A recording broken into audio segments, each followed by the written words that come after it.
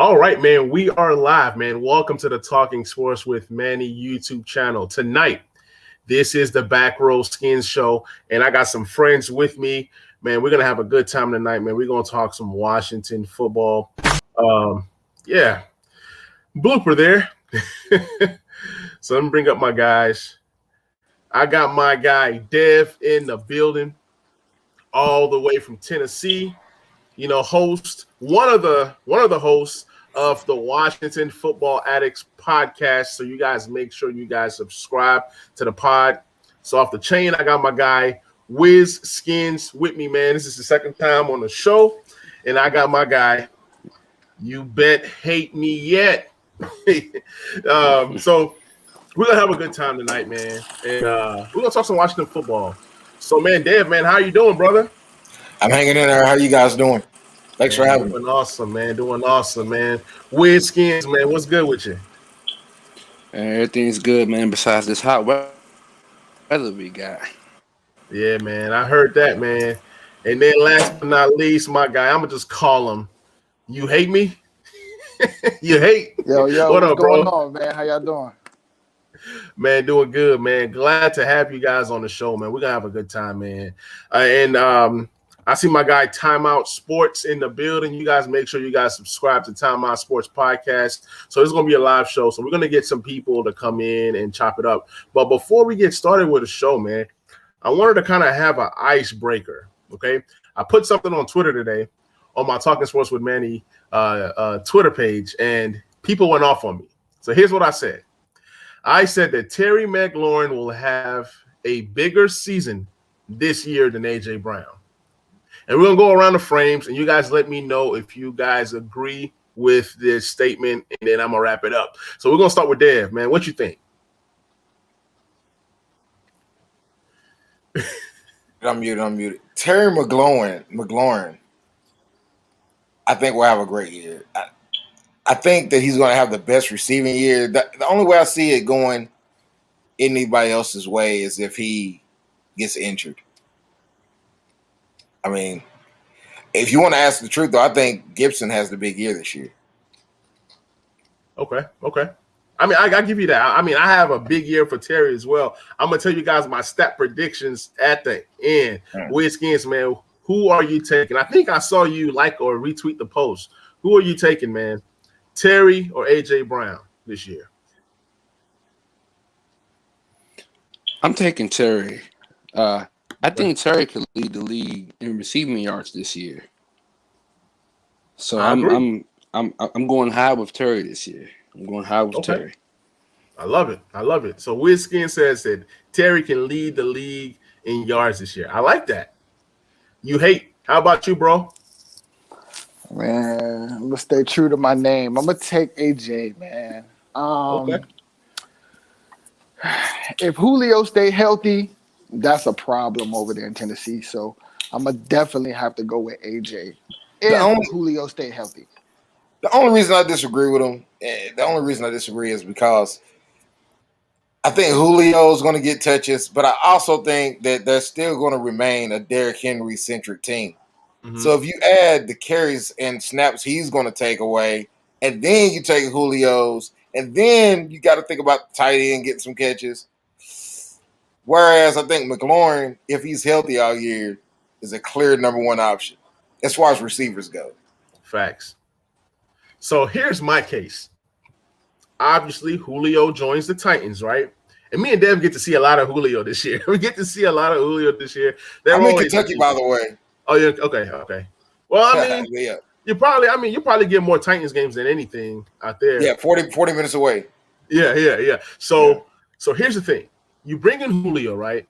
Everybody's saying Titans are bringing in Julio to be the number 2, blah, blah. Look, Julio was coming here to be Julio. Let's go ahead and just get that out the way, right? So Julio's coming here to be Julio. That means, number one, he's going to command targets, right? So if A.J. Brown had 1,000 yards and about 11 touchdowns last year, I think the yards possibly go down, okay? The catches and targets definitely go down. I see Terry with more catches. I see Terry with about 94 to 97 receptions. I see Terry with at least 1,400 yards, but I see Terry with 7 touchdowns. So if AJ Brown has to get double-digit touchdowns and 1,000 yards just to be better, whether it's fantasy-wise, because this was really a fantasy post that I made, whether it's fantasy-wise, whether it's total points, whatever, I definitely see Terry with more yards, and Terry's going to be the focal point of that offense. You know what I'm saying? So that's kind of why I say what I say. Okay, I feel you. Let me go ahead and jump in on this. Okay. I feel like opposing defenses want to make the Tennessee Titans one-dimensional, which means I would rather them throw and beat me than have Derrick Henry run that ball down my damn throat and end up looking like a fool on national TV. So I feel like people are going to load the box, 9 or 10 people, and make Tannehill throw the ball. Like that's what they have to do. They have to throw the ball. So I would definitely lean towards AJ Brown just because of that reason. Like I'm not going to sit there and let a team run all over me. That's just not going to happen. So I think they're going to be forced to throw. Hey, I feel you. Like, I'm not arguing with you. Look, A.J. Brown was my favorite wide receiver in that draft before I even knew who Terry was, okay? But I did say that A.J. Brown and Terry, both of them run the best routes. Out of all the wide receivers out there, DK is nice. He's more so of a physical specimen. You know what I'm saying? He's able to catch. He's fast. But his hands is kind of funny when it comes to DK Metcalf. But I say all this to say, I think Terry has a big season. Even with all the weapons that the football team has added, one thing that Fitzpatrick likes to do is he loves to target his number one wide receiver. And I think this year Terry breaks out, and then maybe we extend Terry at the end of the season. That's another thing that we need to talk about. When is the right time to go ahead and pay Terry? I say it's right now. How about you, Dev? You pay Terry when he's a Pro Bowler. Okay. But hey, we have to remember if you were to rank Terry out of all the number one receivers in the NFL, do you think he'd be somewhere between 15 and 20? He'd be in my top 10. He'll be around 10. Really? I can name I love Terry, by the way, but I could name 10 just off my dome probably better than him. That's no shade to Terry. There's a lot of good receivers in the league. But I get why somebody would think 10. It's real dicey. But you know what I look at? I look at age, projection. Like you look at, year 1, almost 1,000 yards, right? Year 2, 1,000 yards. Both years, I think it was like 7 touchdowns, and was it 4 or 5 last year? I can't even remember. So the touchdown numbers are down. Targets are going to be up this year. Receptions are going to be up. So you look at projection where people are headed. Like when you look at all the wide receivers that have started, let's just say that Terry had 1,000 yards year 1. You look at the receivers that have started their careers with 2 consecutive 1,000-yard seasons. The list is very short. I mean, like you look at Mike Evans. What Mike Evans has done in 7 years, 1,000 yards each year. So we know Terry's only been in the league for 2 years, and you have to project. When you let him become a Pro Bowler, you're talking about big time money. DeAndre Hopkins gets paid $27 million. That's the highest, right? Then the next under him is like what, 18 or 20, maybe somewhere around there. So my whole thing is, as a business guy, right? If I'm in the front office, you want to get the best cost or the best price possible, and that's doing an extension now. Before this season. Or after next season. After next season, he's going to blow up. Price of admission just goes up. So that's kind of where I'm looking at it. How about you, Whiskins? Yeah, I kind of feel the same. If this was stocks, this would be the perfect time to hop in on Terry. Yes, sir. And to go ahead and buy. Like I said, I think he'll lead the league this year. Terry reminds me a little bit of Steve Smith for the Panthers. I think kind of that underrated receiver that's truly good when you stop and really look at it. Right. I think this year will definitely show that we'll have a balanced offense, a competent quarterback, and for the first time, he won't be able to just be the focal point where defenses can say, "Hey, we just need to stop Terry." So, I mean, I believe it'll be a big year for Terry. Like you said, Fitz likes to target the Mhm. quarterbacks a lot. So, in my opinion, if you wait, like you said, we'll have to pay a premium for him. We'll have to pay him that Pro Bowl bonus pretty much if Right. he makes the Pro Bowl. I think Exactly. You got to pay him like a Pro Bowler in a way. yeah. I got to think pay him I his think way we It's up. can do it cheaper. now. It's cheaper without the Pro Bowler. I mean, Yeah. look, all I'm saying is there's And it's a good PR move. Hey, it's a timing thing. Like sometimes you want to wait for people to blow up. You know, sometimes you want to see production or more production before you pay a guy. But I'm telling you, if the football team waits till he gets into year 4, Kirk it Cousins can again. get real ugly. Yeah, we're talking about franchise tag. We're talking about overspending. As much as I love Terry, you don't want to overpay, but you might have to if it gets into year 4. If we don't get something done after next season, it's going to get ugly. I would say we would have to exercise this 5th-year option because you think like we got to. There is none. He was a third rounder. Oh, there is none. Well, we got to get. Saying? We got to get Hey. Montez out the way too. So Yep. Montez and Payne. So that's coming. That's next season, man. So we What got you gonna do with that guy? Man, you're right. We might have to wait till a year. I like Tim Settle. Yeah, I like Settle. Matter of fact, yeah, I would definitely say keep Settle, trade Ioannidis because he's getting up there in age, and we could definitely get something for him too.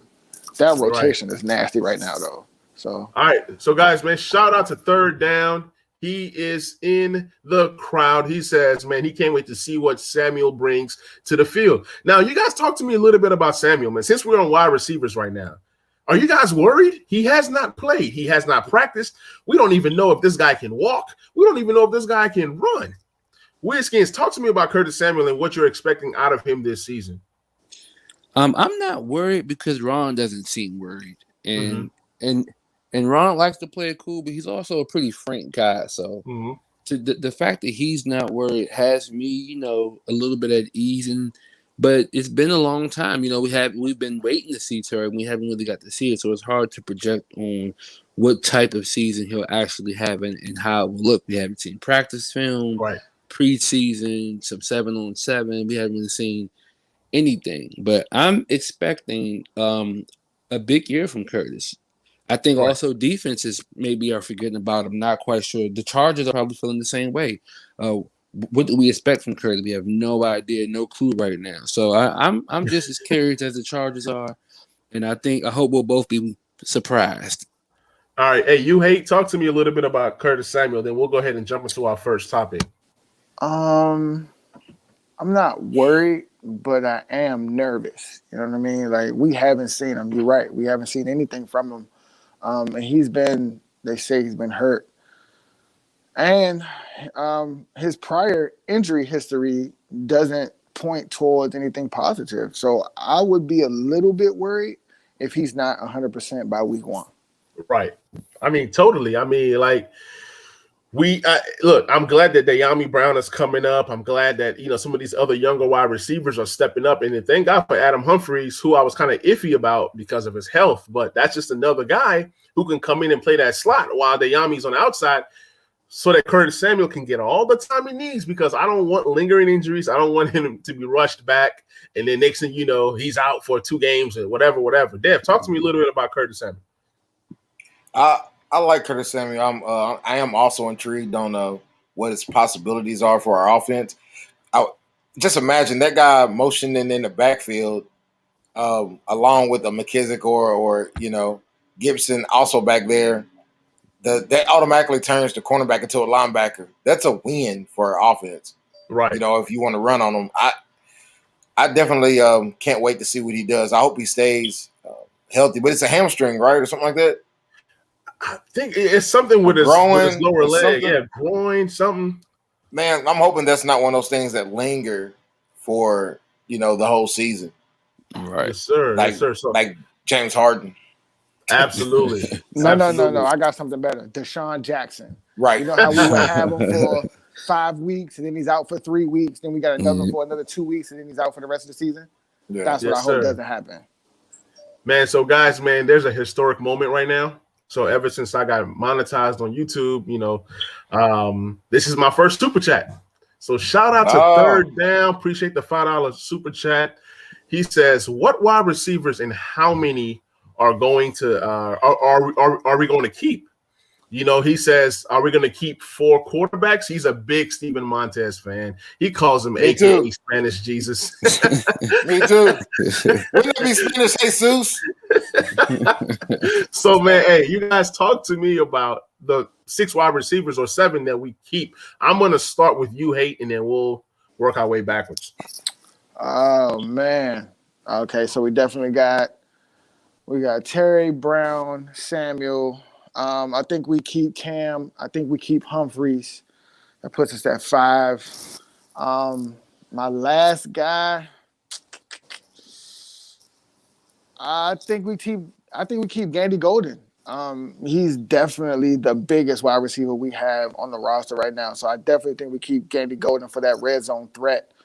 I think that's it, man. I think we're going to carry 6. Okay. I mean, hey, I love it. I love it. How about you, Dev? I was looking at the roster now to make sure I got them right, but I want this is like a grain of salt to me. I've been kind of going through this all week about this position, but I think it's going to be Terry, Brown, obviously Samuels, I think Cam Sims, and AGG. I think, and then we go with Milne over Humphreys. And the only reason I'm saying this if Samuels is healthy, why do you need a veteran backup slot? It doesn't make sense to me. And there's no indictment on Humphreys because he's a talented receiver. He's an NFL worthy starting slot receiver on a lot of teams. But what I'm saying is, why, if you're going to keep a backup slot, don't pay him almost $2 million to do it. Why wouldn't you just pay Milne or even Wright? Because Wright has other uses. I know Humphreys can play special teams, but you can't line Humphreys up in the backfield. You can do that with Wright. And if you're just going strictly a slot backup, then why not keep Milne? Granted, maybe you'll be able to keep Milne on practice squad. I don't think so. Okay, and I have a rebuttal for you. Okay. All right, so you know how watching the Dallas Cowboys versus the Redskins, or the Washington football team, as we would refer to them now, and you would see on 3rd down, and you would see how we always screaming at the TV, you got to check Jason Witten. You got to check Jason Witten. You got to check Jason Witten. And what happens? Who catches the 3rd down? I agree with you there. This is my point on that, though. Hear me out. So you can teach the position of a slot, but you can't teach veteran savviness. You know what I mean? Like that's something that's earned. And I think Humphreys has definitely earned that savviness in the slot to get open when he needs to get open. He doesn't always have to be the focal point of the offense, but he's definitely going to get open on 3rd downs to move the chains when we need them. So that's why I say we keep him. Hey, I'm loving this. Again, not dissing Humphreys, but my argument is everything you said is true. But if he's the backup slot, you don't need him. He's not going to do that. The backup slot's only going to get like 12, 15 catches a year. So what do you need Humphreys to catch a 1st down, 1 or 2 first downs a season? When those 20 catches can go to Milne or Wright, and also you can hand it off to Wright. But have Milne or Wright shown the consistency to get open? You can't show consistency if you're not playing. You can show it in practice. I guess, like I said, if the goal is to play Humphreys, if his goal is to play slot and maybe Samuels plays outside or him getting substantial playing time, I would definitely keep Humphreys. I just don't understand why you would keep a veteran on a team behind another veteran. He doesn't need the grooming. He doesn't need the veteran assistance. We got plenty of guys with veteran savvy on the team already at receiver. I don't think it's as cut and dry as this. He's behind him and he's behind him. I think they'll more so have it where maybe certain positions they feel more comfortable with this guy over that guy, certain formations, certain situations. And with a long season, I think you'll be hard pressed to just say, well, we'll have this veteran and we don't need another veteran. I mean, it's 17 games. So, I mean, we don't even have Samuels playing right now. I agree with that. That's the kicker. If Samuels isn't healthy, then yeah, you gotta keep Humphreys. But you can find another Samuels. You know what I mean? It's not. There's a ton of veteran slot receivers sitting at home. Humphreys will probably still be available, in week 3 or 4. To be real honest, right? I don't think Milne will make it to practice squad. I don't think that'll happen. Well, guys, check this out, man. Check this out. We got our second super chat. Shout out to Anonymous Taylor for the $5 super chat.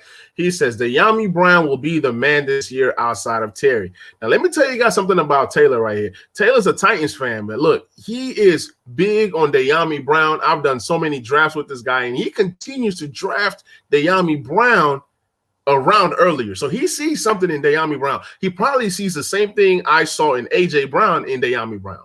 Okay, so Dyami Brown is primed to have a good season if he gets the workload. I love Dyami Brown. And even though that we're still talking about Adam Humphries, I am with Dev. Me and Dev are on the same page. When I did my video, a lot of people went off on me talking about, well, Adam Humphries, he's a veteran and he's savvy and this and that. I get all that. But if he's not part of the plan moving forward, then why would you invest in a Humphries? Look, if Dax Mill, if he can do a lot of the things that Humphries can do, right? Hear me out.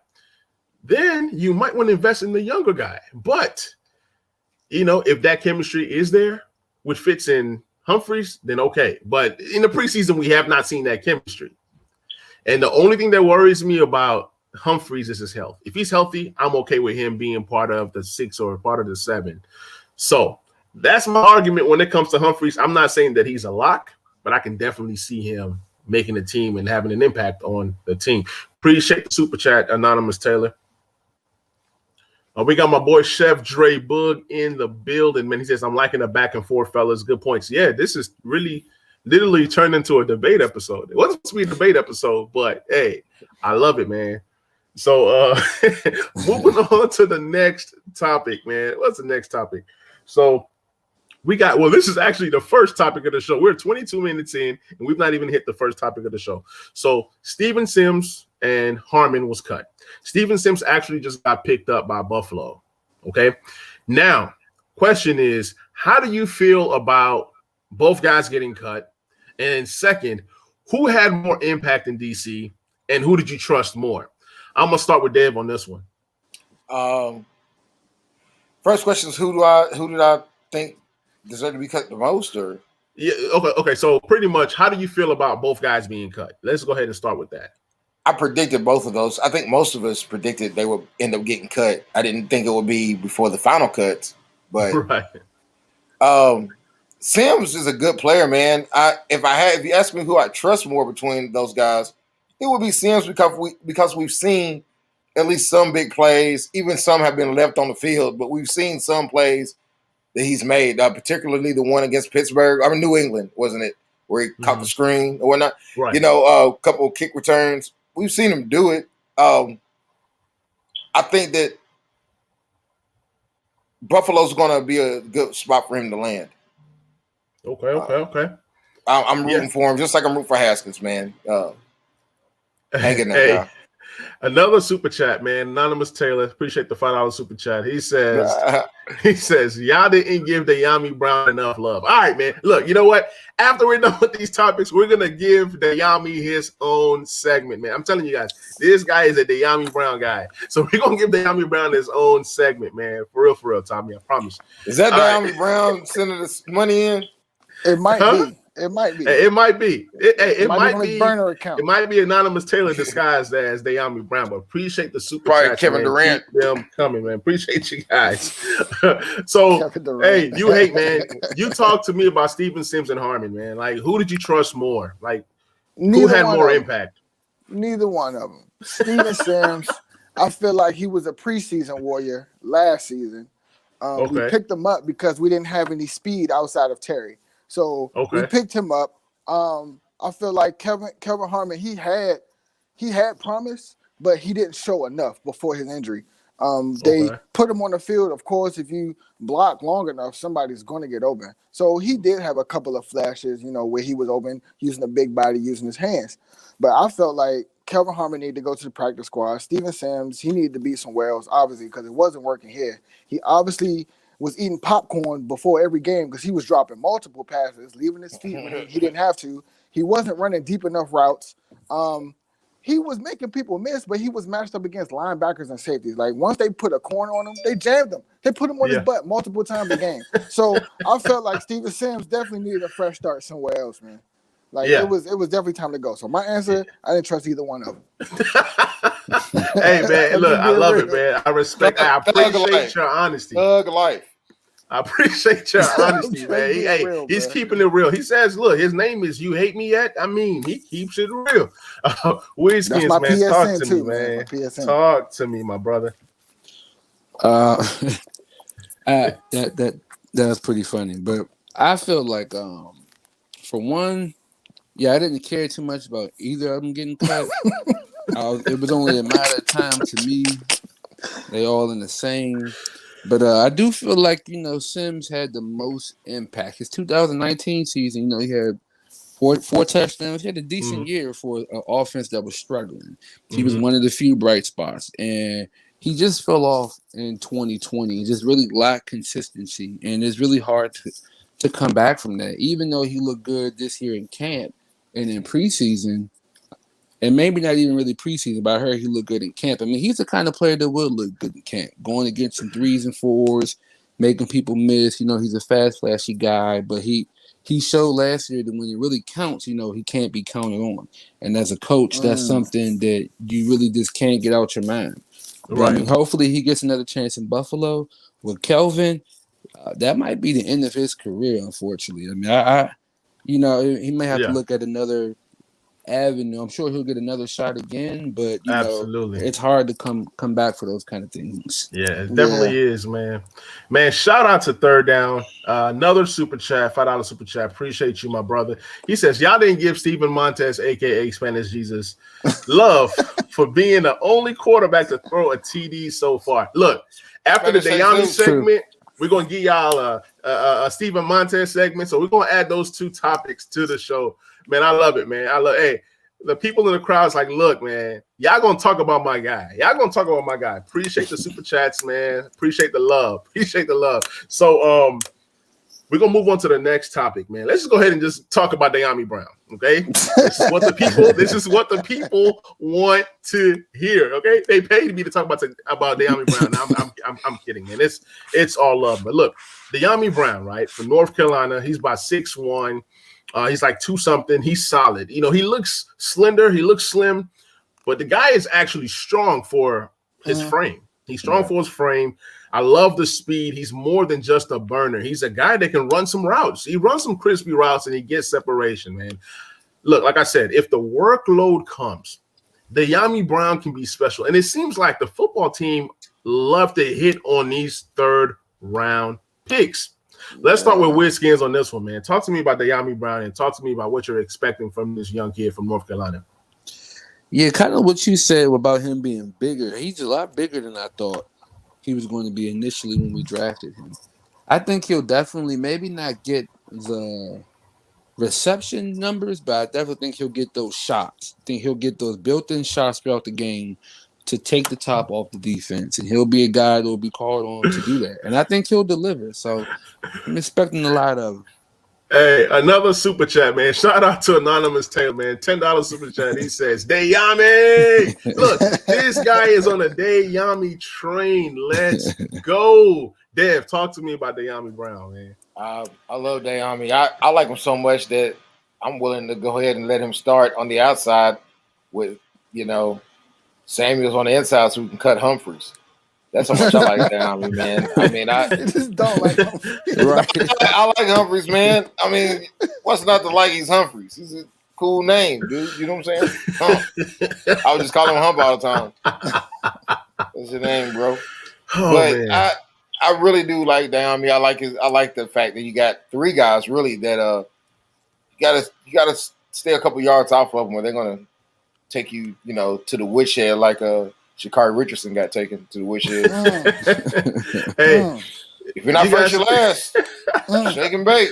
Hey, the beauty of De'Ami Brown is that he's going to stretch the field. He's going to open up more work for guys like McKissick and Logan Thomas, and even Antonio Gibson out the backfield. So this offense has a chance to be special if, everybody's clicking on all cylinders. Talk to me about De'Ami Brown. De'Ami Brown, rookie out of NC. He's great. My NFL comparison for him would be Anquan Bolden. Just with the size and the route running ability, I believe he's going to be a chain mover. Big impact year one, maybe not so much, just because we do have Curtis and Terry, but I do think he comes into his own and carves out his own niche within the Scott Turner offense. De'Ami Brown, my guy. He's going to be okay, but I still think we keep Humphries, though. You think this is a big year for Turner? Is this like a make or break year for Turner? Is it OC? Yeah, man. Look, I've been at Scott Turner neck for the last 2 years. If he does not produce this year, bro, he's out. He got to go. He got to go because I'm gonna put this out there, right? 2012 was the best offense I've ever witnessed in my entire life under Shanahan, and the guy that's in LA right now. I can't remember his name. It just slipped my mind.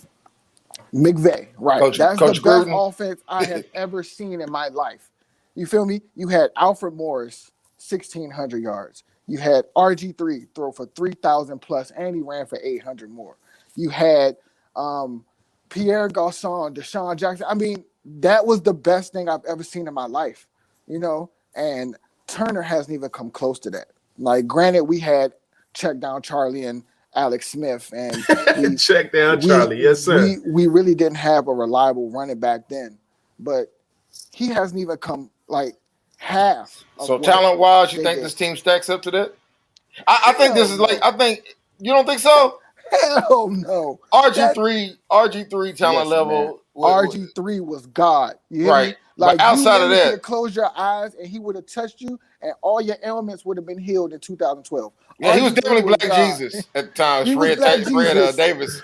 But I thought about that. That would be a good segment also to have, like, the best, most talented team since the Gibbs era. Mm-hmm. This might actually be it, though, bro. Think about it. RG3. You know what? No, I can't. Chase Young's a generational, got a generation talent feel. I can't say this team next year is 10 times more talented than that. If they got what's the kid from Liberty, the quarterback?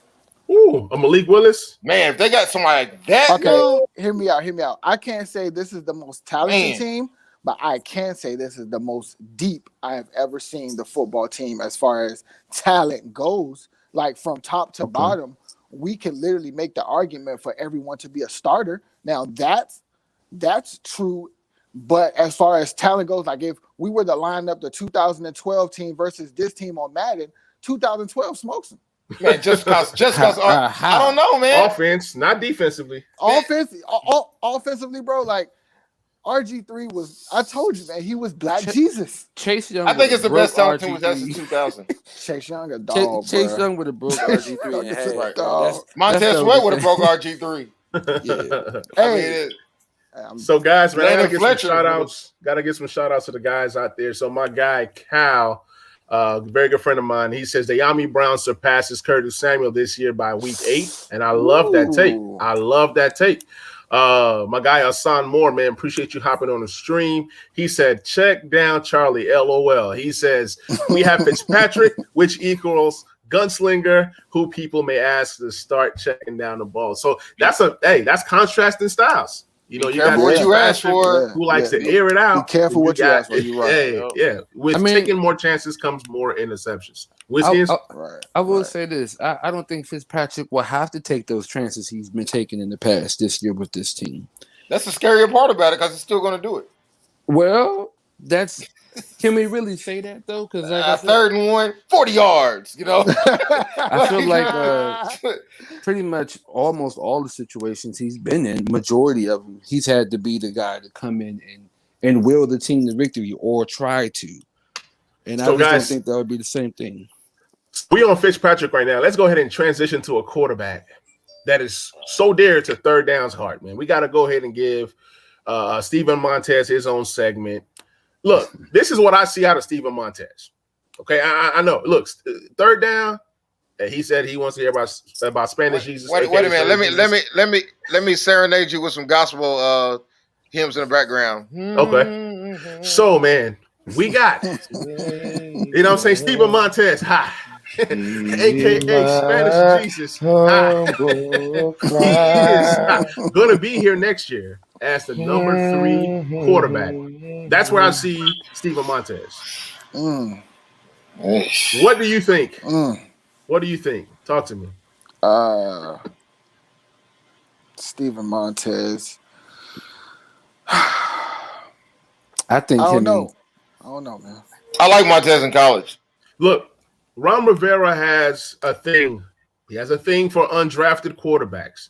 He keeps them in the pipeline. We see the Heineke's, we see the Allens, and now we're seeing it with Steven Montez. It's going to take him a while. It's probably going to be practice squad, then finally a roster spot. But I see him as a third quarterback. He's just a third quarterback that's going to be cheap. I see us drafting somebody next year. I see us having a bridge quarterback next year. But there's one more spot. There's one more spot. Kyle Allen leaves in free agency. He's not giving us a discount again. Okay? So whether Taylor who gives Kyle Allen the job? He's a scrub too. Hey, he might find the job as a number 2 or number 3. Yeah, for more money, easily. For more money, slightly more money. I mean, at the end of the day, backup quarterbacks are supposed to be guys that have experience, right? Some guys that have gotten some actual game reps. Dallas would love Kyle Allen, right? They would love Kyle Allen. I seen that Hard Knocks episode. Yeah, they would love Kyle Allen as a backup. I can name 10 teams that would love a Kyle Allen. I mean, think about it. Who does Dallas have as their backup? Devanucci, Gilbert, and Denamucci, or whatever his name is. Yeah. You know what I'm saying? I'm not putting my franchise on a dude named Gilbert's back. I'm sorry, man. Unless your name Gilbert Arenas or that dude from What's Eating Gilbert's Grape. Right.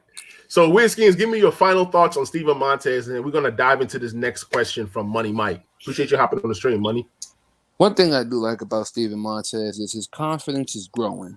Even after he threw that pick, that one turnover we did have, he threw the pick, and he came back and still tried to come down and lead us to victory.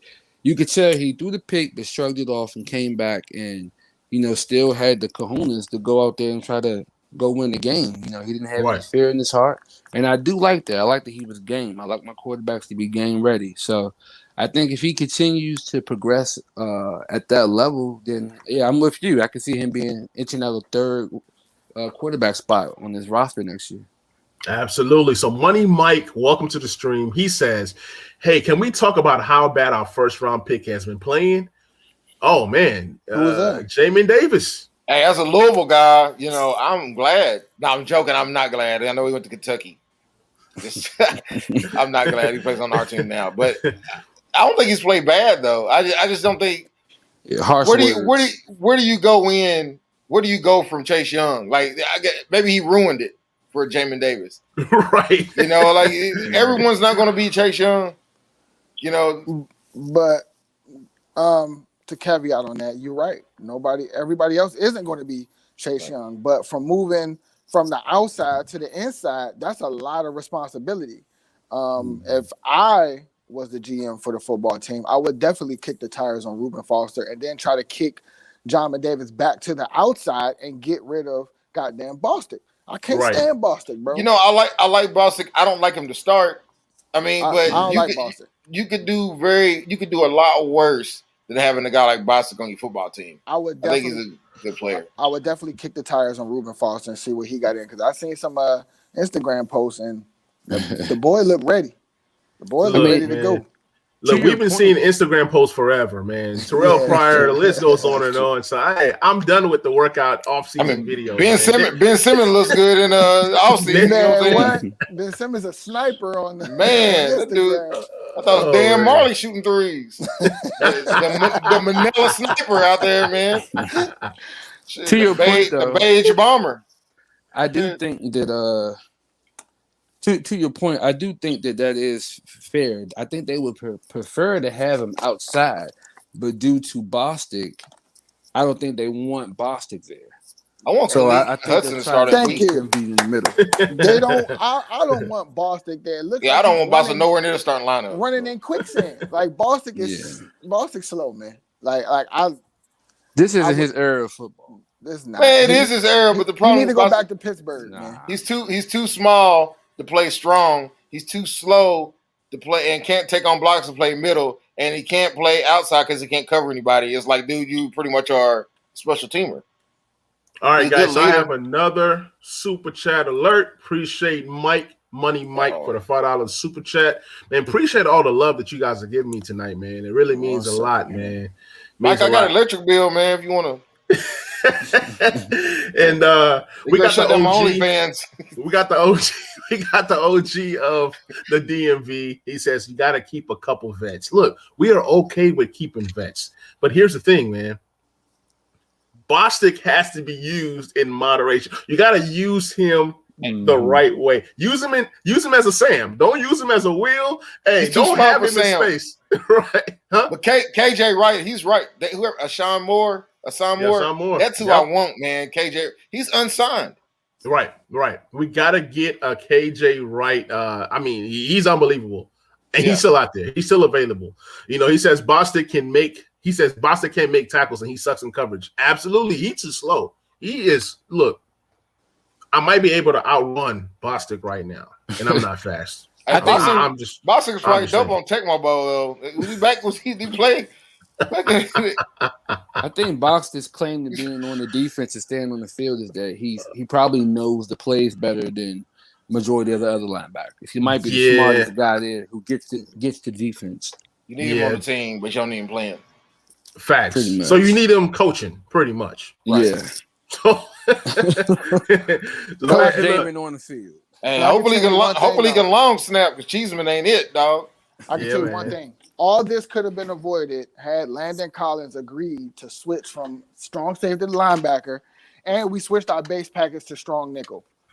All this could have been avoided. We literally could have had Jamin Davis, Cole Holcomb on the field with Landon Collins, Cam Curl, and Reeves, and we would have been just fine. Still will be. It still will be. Yeah, we're gonna play more safeties than linebackers. I mean, at all times. We really only play two linebackers at a time anyway. So I think I read on Pro Football Focus middle of the year last year that Washington was like 78% sub package on defense. Mm-hmm. So obviously sub package is our base defense. Facts. I mean, that's just the NFL today. Offense are coming out in three receiver sets on a regular. You know, there's not many eye formations, strong eye, weak eye type of formations out there like that. So the sub packages is a direct result of that. I also read on NFL.com, go ahead and plug them in here. I've also read that our rival are looking to move someone. Jalen Smith or Leighton Vander Esch might actually be on the block. I'll take either one or both. Yes. Either one or both. Yeah, if we can poach one of those guys, Jalen Smith, hey, I'll take him. Who y'all got starting left guard? Man, it's close. I got Flowers. I got West. I love West, man. I got Flowers, man. Yeah, I think it'll be Flowers, but I think West has earned it, man. Look, he's gonna get a lot of snaps. He's gonna get a lot of snaps. And look, I think West has a chance to be the starting right guard next year after who leaves. We're not saying that name on this show. But appreciate it. Yeah, go ahead. I was about to say his money's going to Terry. Facts. Facts. So man, we got extras on the show, and he's talking about which quarterback should we go after next year. We'll start off with Dev. First off, Dev. Shout out to Extra for the Illmatic background, by the way. Classic. But I think we just said that you know who I want, man. Malik Willis. Hey, he said draft or free agency. But I want if we're going free agency. Aaron Rodgers. Get my Stevie J. No. But Stevie J over here. I want Aaron Rodgers, man. Ooh. Facts. I know he's a crybaby, but I mean, I would love Aaron Rodgers, of course. I know everyone's on the Malik guy. I still want to see this season before I jump all the way on board with him. It would be hard for me to really pick a guy out the draft because so many variables. You know, where are we picking? Who else needs a quarterback? I don't even want to get too hype. I mean, I would have loved Trevor Lawrence this year, but couldn't get him. Watch out for Malik Cunningham, by the way, Louisville, man. That's Randall's boy. Let me ask y'all this. This is a real. Hey, we keep it real on the show. We keep it clean, but we keep it real. Are you guys? I'm gonna start off with you, Hate. Are you guys worried about another black quarterback coming to DC? Let's start off with you, Hate. No. You know why? Because I want Deshaun Watson here. That's why. As much as people, you know, and I know Wizkins be at my neck on Twitter about some things that I be saying about Watson, but I'm gonna tell you, bro, like the dude, like time heals everything. You feel me? And I feel like if this just goes away, like you know how you kind of not hearing about it anymore. I think that if it goes away and they kind of just part ways with him silently, I think he comes here. Nah, man, like anywhere else but here, man. You can't have like the. It's like the Cookie Monster into the cookie store, man. I knew somebody was gonna bring up. You know, you're gonna bring a known situation. You know you're gonna bring a known freak to Chocolate City, man. That's like that's like building a team in Vegas on a Vegas Strip and get best player in James Harden. Like he ain't gonna go in practice. You seen what happened to Dwight Howard? They brought him in. yeah. Hey, man. Hey, I'm gonna go ahead and say this. So Money Mike says, go get Deshaun Watson. And this is the thing. If Ron Rivera is building a certain culture, I think that eliminates Deshaun Watson just off rip. Just because too many sex allegations too, man. Yeah, this is too many. We've had too many sex allegations. Is there any chance that Watson gets cleared? That his name is cleared? Cut Greg Hardy, by the way. Can get cleared, but at the same time, Ron Rivera is a different animal. In the back of Ron Rivera's mind, he's like, man, too many allegations. Like, yeah. He done got rid of guys for trying to bone elderly people. So I didn't know a better way to say that. Hey, appreciate you keeping it as clean as possible. We are on YouTube. I don't want to get cut. Don't cancel me, YouTube, please. But yeah, man, facts. So let's go ahead and kick off the next topic real quick, man. So how do you guys feel about the quarterback situation? Who do you trust on the roster? Like, I mean, how do you guys feel? Because, like, we have a bunch of guys, bunch of Jags, a bunch of journeymen, solid vet. Kick this thing off with Wiz, and then we're going to go to you, Hate, and we're going to go to Dev. I'll be right back.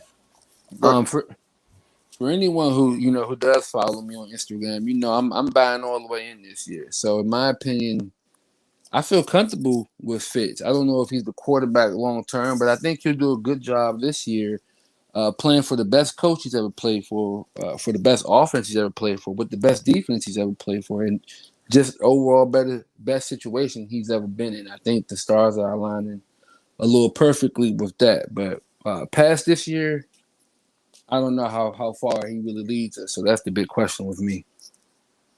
Okay. I look at it like chess, man. Like, it's really not on Fitz, and it's really not on the pieces around him. It's on the player. So it's all on Scott Turner for me when it comes to Fitz. If we can keep it third and short and Fitz doesn't have to throw the ball as much, I think that he can cut down the turnovers. And I think that instead of trying to use the pass to set up the run, I think we need to set up the pass utilizing the run. So I believe that it's all on Scott Turner, not so much on Fitz. I do trust Fitz as a savvy veteran, as someone who can place the ball where it needs to be. But for me, it's the ball's in Turner's court. Hey, I agree. Excellent point. Dev? I think Fitz goes like 6-0 to start the season, then he loses like 5 straight. It's going to be like Egypt Air and just nosedive, man. Tony Banks. Man, yeah, that whole Coach Zorn, the same way. Fitzpatrick has been a decent quarterback for the last 4 years. I'm going to be honest about it. He's been an average or to slightly above average quarterback for at least 3 or 4 years. He's been better than what we've had for the last 3 or 4 years, by the way, to be real honest. Right. So if we can get at least that Fitzpatrick, man, if we had that Fitzpatrick last year, Washington wins 10 games, man. If we had a field goal kicker, Washington may win 10 games. Right. To be honest. Actually, if we signed Cam last year, we win 10 games. I wanted Cam this year, bro. I might have been only one. I wanted Cam this year. I know you hate him, but I like Cam, man. I wanted Cam or Cap. Either one. I wanted Cam or Cap. I was screaming for Cap when we traded for Alex Smith. I was screaming for Cap. I think it's over for that kid. It's been out of the league like 4 years. It's over. But go get RG3 again, man. I definitely wanted Cam, bro. Bringing in Ron and Turner and Cam would have just sealed the deal. He would have been a perfect fit. Honestly, hey guys, check this out. Oh, what's up? Hassan makes a good point, right? You have Fitz tragic or you have Fitz magic. And even with a decent Fitz, he's saying 24 touchdowns, 11 interceptions. I'll take that. I will take that all day long. Alex Smith was basically toilet water, to be real honest. And he was he was like 10-5. He was 5-1 last year, bro. Man. Yeah. Alex Smith, man, I don't want to talk about that guy no more, man. I do think if Fitz messes up for about 3 games, Heineke's not going to lose that job. Yeah, the thing with Heinicke, okay, now, when I looked at Heinicke in that last game, he ran before making that read. He did. Fitzpatrick did make the read and look downfield and move in the pocket a little bit to make the throw. Heinicke be like, oh, I got to open it. I'm going to take off. So I think we haven't seen enough from Heinicke. I like Heinicke. I was on the Heinicke train last year, but I just think that Fitz sees the field quicker. He can read the field and make his reads a lot faster than Heinicke, in my opinion. But Heinicke gives you that extra added element of scrambling and moving with, just that swag, that moxie. He's more dynamic. Yeah, he's more dynamic, especially with his feet. But Fitz can make all the throws, literally all the throws. Yeah. And so what you're telling me is it's Spanish Jesus then. No. Hey. Steven Montez can just chill where he is. And, y'all wait right there. That quarterback, man. Hey. Y'all not gonna like me for this one, but I feel Heinicke played absolutely out of his mind in the playoffs last season. Yeah, he played above and beyond what we expected to. The defense obviously let us down because they couldn't get off the field. Mm-hmm. Heinicke is a backup for a reason. I just don't think that. Facts. I just don't think he's that a Jag. One year is just gonna make him a starter, like a star. Granted, he's a local hero, but he's only 6 foot. He's a backup. Barely. He's literally going to be a journeyman backup. I don't think Fitz loses his starting job. Yeah, I don't think that Fitz is going to lose his job. I think Fitz finished out the season. So Steven Montez, he still need a little bit more polishing, man. But I think that he will be the third quarterback next season. It'll be Heinicke number 2, Steven Montez number 3, and we will have a new starter next season. I think he's going to be number 3 this year. I think Allen is going to be put on injury reserve. All right, so guys, I got to get to this topic right here, man. This topic right here is a pretty good one.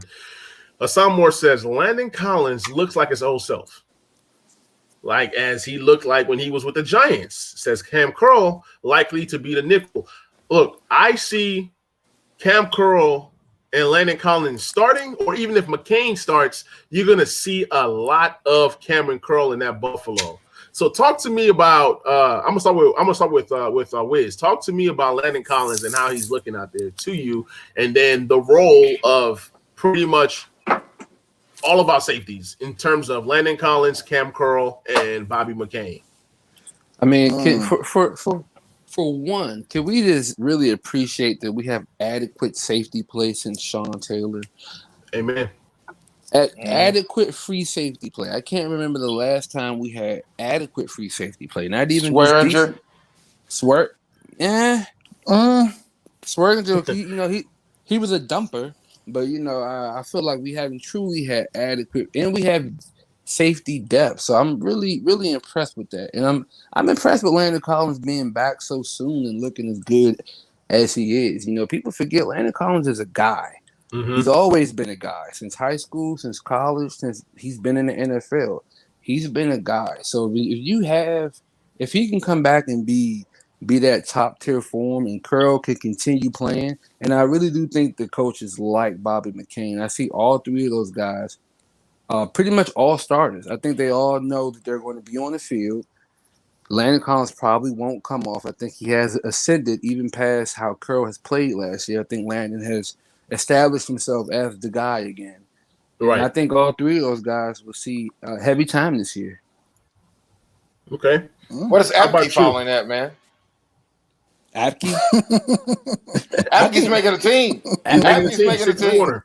Listen, Corner. Apke's making the team. He's a corner/safety, and he plays all special teams. So that Yep. he keeps you a guy right there. That's like two guys in one. Dave, talk to me about Landon Collins. I love him. I want everybody to go back on Twitter. When I said this, I was like, oh, they're gonna move him to linebacker and Curl's gonna start. Like, no, they both gonna start in base. Cam is technically a free safety anyways, or a corner.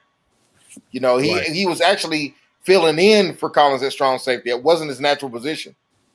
So I am glad that they seen it that way and going to start your best players, man. I agree with Ron, and I love London. I think he had a little chance to sit back and reflect. And sometimes when you look yourself in the mirror, man, that's the best recipe for getting back on track. Absolutely, absolutely. And how about you? You hate? I'm not a big Landon Collins guy. For me, when I think of strong safety, I'm looking more towards like Cam Chancellor, Jamal Adams. Like those dudes are they play absolutely insane. That's what I'm looking for. Somebody flying around the field, thumping people. Not necessarily trying to get interceptions. You said DJ Swearinger earlier. I think that, granted, he was a good safety, but his faults came by defensive scheme. Like Tim Haslett was a nincompoop. You know what I'm saying? So I just think that he put him. He's better than Manusky. He put him in bad situations. You know what I'm saying? Manusky, listen, man. Landon Collins will be good if he learns to play within the scheme of the system. You know what I'm saying? Like if he doesn't try to do too much, I think that Landon Collins will be successful. But my guy is Cam Curl. I'm really high on Cam Curl. Troy Apke, I would rather him deliver peanuts to the people in the stands, because Apke, bro, like I said, Apke couldn't spot a car coming at him from 100 miles an hour away. Like he can't see the dudes that's running right at him, and they just run right past him. He's like, yo, I think he dropped something, and he's trying to chase him down and give him their sauce or something. Like Apke is trash to me, man. Like I think he needs to go. I think he gets cut. I don't think he gets cut, but the only reason I give him a pass last year is because you got a guy who I didn't expect that would start going into the year.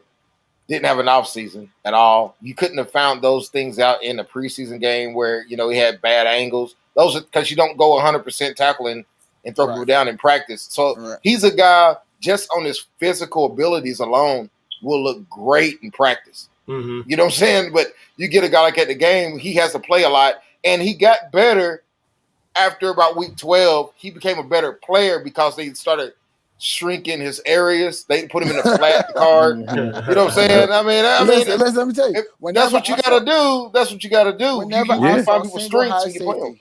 Whenever I saw single high safety, I said, touchdown. Going out to Apke. They going out to Apke. But you put him in there. You put him in KPL's role like they did. They start putting him in KPL's role in the dime or nickel. You can see that he's not bad if he can see the things in front of him. But once somebody starts running behind him, that boy lost. But I give him a one thing respect. Hey, next he could end up if he starts a game, he would be the first white starting corner since Jason Sehorn So you're gonna have to give some respect for me for that. Nah. I wouldn't say Jason Sehorn. What's that other guy that we had? There's a white corner. Yeah, The we started. Right after Sean passed. I don't remember no white corner. Nah, Reed Doherty was a safety, bro. Reed. Yeah, Okay, he's a safety. Yeah, you're right. Reed Dowdy. And that's another guy Dowdy stayed on the was team my guy, about man. 5 years too long. Every year it was like, oh, he getting cut. Nope. Made the team, man. Yeah. I'm about to cue up the next topic. Y'all about to see it in 5, 4, 3, 2, 1. Let's talk Jaret Patterson. Jaret Patterson, he is the human highlight reel right now. He's playing unbelievable. A lot of people say he's 5'5", he's 5'6". It doesn't matter. He is a football player. People say, oh, he played at a small school. He didn't play nobody. I say production, okay? So talk to me about Jaret Patterson. Let's start with Dev. Hey, it's always cool to see a guy that looks like he shops at the Baby Gap run a touchdown. I mean, I love Jaret Patterson. I like his story. If you listen to him in interviews, it seems like a really cool kid to even have a conversation with on the team, man. That guy, I see some big things. They say he's like like Sproles a little bit. They say Sproles. I see more so Maurice Jones-Drew, Ray Rice. I'm sorry. I know I'm thinking. I'm not saying he's going to become those guys, but his body type, his physical stature, I think he's bigger than a Darren Sproles. What do you think, Wiz? I think play style, he's more of a Sproles guy. Just the way they'll probably like to use him. But I mean, physical stature, I definitely see Maurice Jones-Drew. They have that same kind of body build. Yeah. With them same huge legs. But yes. I really like him, and I really think he's going to push for them to go ahead and use and have 4 running backs. I think his preseason vindicates his college game, and it kind of makes you believe, okay, yeah, he really is that good. You know, we it wasn't just Buffalo. We are seeing someone who can actually play. And I think they'll carve out a role for him. I think he'll probably take over for JD next year since it's his contract year, and they won't have to pay him, and they'll just be able to keep that guy and just move him up. But yeah, I believe he'll definitely step up and have a role this year and an increased role as he stays on this team. Do you think that's why they were running Antonio Gibson so much on short yardage when usually that's a Barber thing? I wonder if they were. I felt like they were making it a point that let's see if we can use Gibson because he has the size to be a good short yard back. Let's see if he's learning to get low so that we can cut Barber. Yeah, I think that's definitely something they were thinking about. All right, so let's go ahead and transition a little bit. I'm gonna let you talk a little bit about Jaret Patterson, but if we're keeping 4 running backs and we had to keep 4 tight ends, do you rather keep Jaret Patterson or do you rather keep Simmons Reyes? You hate? They both making it. I'm keeping Jaret Patterson, man. You know that saying, you can't turn a horse to a housewife? I believe that you can turn a wide receiver to a running back. I am big on Jaret Patterson. I believe he is the best running back on the roster, the best pure running back on the roster. I believe if it wasn't for guys being a nincompoop, we wouldn't have drafted Gibson. Patterson is the guy, bro. Like, he will take snaps from Gibson.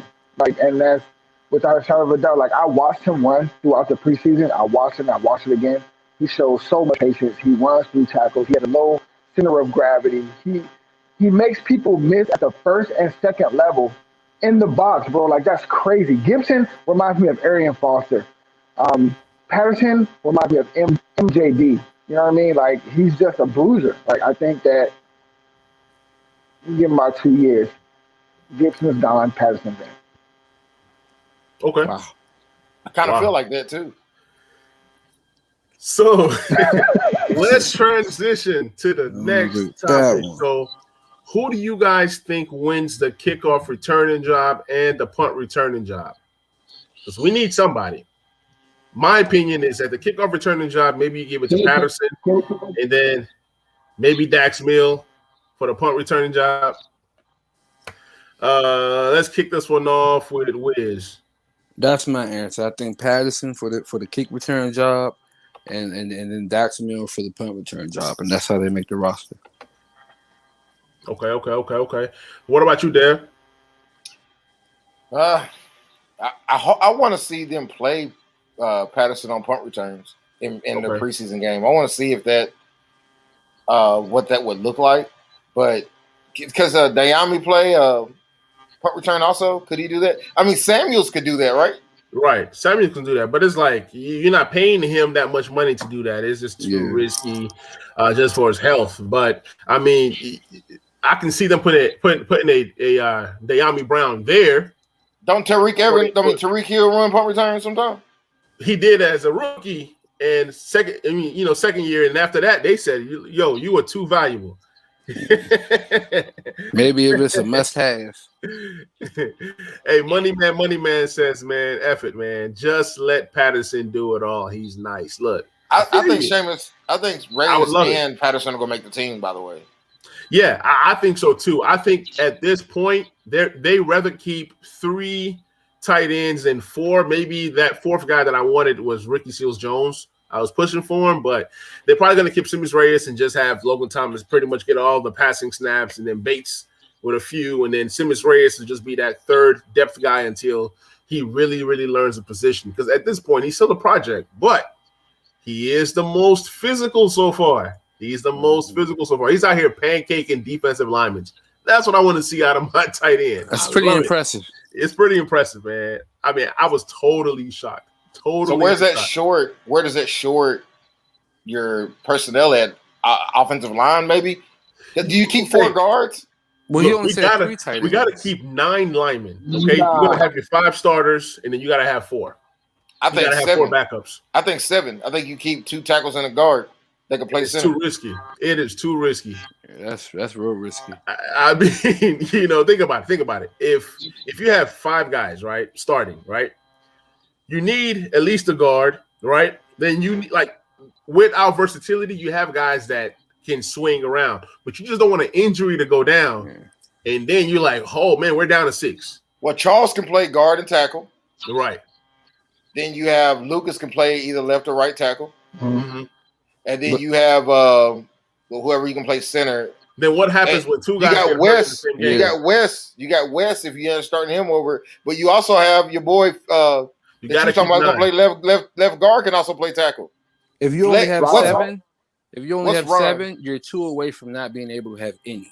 Exactly. You got to have 9. I think 9 is a number. Most teams keep 9 as a safe bet. Some keep 10, 11, but I think 9, you have to keep 9. It's just impossible to roll with anything less than 9. I mean, it's too risky. It is just too risky. That's a position where, hey, maybe you short a defensive end. I'm just saying, maybe you short. I mean, maybe you only keep 2 quarterbacks. I'm just saying, like, if you're trying to be creative to keep all your young assets, goodbye, Kyle Allen. I'm just saying. And then you have Steve Montez in the practice squad. I'm just saying they're gonna get real creative on who we keep, who we're not keeping, who goes on the practice squad, because people can poach you once you hit that practice squad. You got to clear waivers, I think. Then you get on the practice squad, and even then, you can protect certain players. But how many players can you actually protect? So, I mean, that's going to be really, really interesting. But we've come to the point in the show where we're going to talk about the last topic of the night, and I just want us to look ahead to Week 1 versus the Chargers. We're going to start with you, Hate, on this one.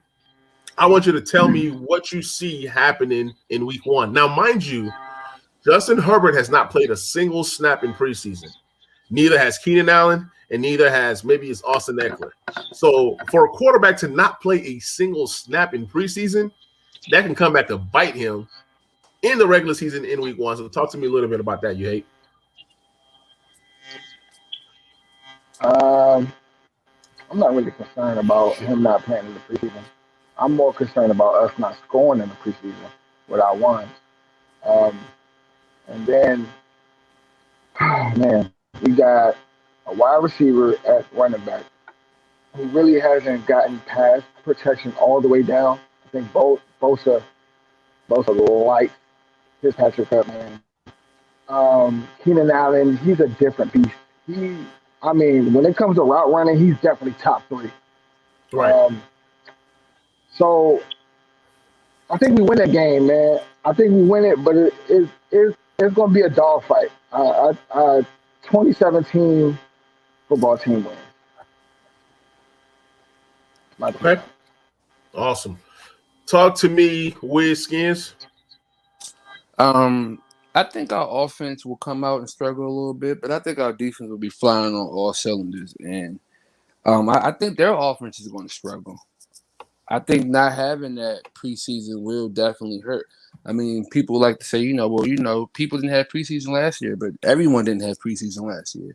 So that was the same throughout. I think for them not starting their starters and having their first taste of game action be against Chase Young and the boys, I think it's going to be a tough game for them. So I think we'll win. I'll say 31-17. I think the defense will. I think we'll win the field position game. You put a score on it. Yeah, I'm putting a score on it, baby. I think we'll win the field position game, and I think our defense is going to turn up. Man, I'm gonna say 31-17. I love it, man. Dev, talk to me, man. I think it's going to definitely. I think it's dumb to have a quarterback who didn't have a preseason last year and not to hold him out in preseason this game against the number one pass defense, number one pass rush defense, and the number one goal line defense in the NFL. If I'm Chase Young, I'm like Ivan Dragoff in the red, man, when the game starts. I'm like, if he dies, he dies. That's me if I'm Chase Young, personally, right. Man. I'm like, and I can see the coach throw it down, man. You're like Apollo Creed. Hey, man, they should really be. It should be barbecue chicken for Chase Young and Montez Sweat and Payne and Ioannidis. People forget Ioannidis was our best defensive lineman the year before last. Question. Yep. And that if he gets back to 2 years ago, Ioannidis, it settles. He has 6 sacks. I mean, you want to put it in context. Chase Young had 8, 7.5 or something like that. Right. He didn't come near the snaps amount count that Chase Young did without even looking at the stats. I'm sure he didn't come close to those snaps. So I'm like, it's going to be a hard win. I wouldn't play in preseason either. I'd be scared. Maybe I think anything short than shock and awe that like RG3 versus New Orleans the first game, unless that happens, I think that the quarterback for the Chargers is going to be in some bad company. Awesome. So I'm going to read this last comment, then I'm going to give my thoughts, and we'll go ahead and end the show. Assam Moore says, Washington, 24, Chargers, 17. Fitz is going to struggle. Then he's going to start to gain chemistry and light it up. Gibson runs for about 70 yards. Terry and Cam Sims, 40 yards. Each defense dominates, and Washington football team win this game. I love it. I think that the Washington football team win this game. I think that we're going to get after, what's his name, Herbert. Is going to be barbecue chicken. Everybody's going to be eating, man. See, when you're hungry, you eat, right? So these guys are going to come hungry. They're not going to eat lunch. They're not going to eat breakfast. They're not going to eat pregame snack. They're going to feast on that quarterback. They're going to feast on that offense. I think the football team wins that game. They probably score about 24 to 27 points to 17 for the Chargers. That's my prediction. So, guys, I want you guys to let the people know where they can find you on social media. And we're going to start with you. Hey, man, you can find me on Twitter at Elsewhere. Can you hear me? Yes, sir. All right, you can find me on Twitter at Elsewhere Jamar. You can also find me on PSN and Twitch at You Hate Me Yet. Good stuff. Talk to me, Dev. You can find me on Twitter at hello_I'm_Dev. You can also find me on Xbox at Pyrex Gods. That's me. Hey, I was on a 9-game winning streak in Madden. If anybody wants some. Awesome. Talk to me, Wiz. Where can the people find you? You can find me on Twitter and Instagram at WizSkins. And I might take you up on that Madden offer. And you guys can find me on TS with Manny on Twitter. You guys can find me at Manny Chakuba as well as the Backrow Redskins show on Twitter. So, man, this is the Backrow Skins show. Appreciate you guys for hopping on this live stream. Thank you guys for everybody who hopped into the chat. Thank you guys for all the super chats. It means a lot. I appreciate all the love that you guys give me out there.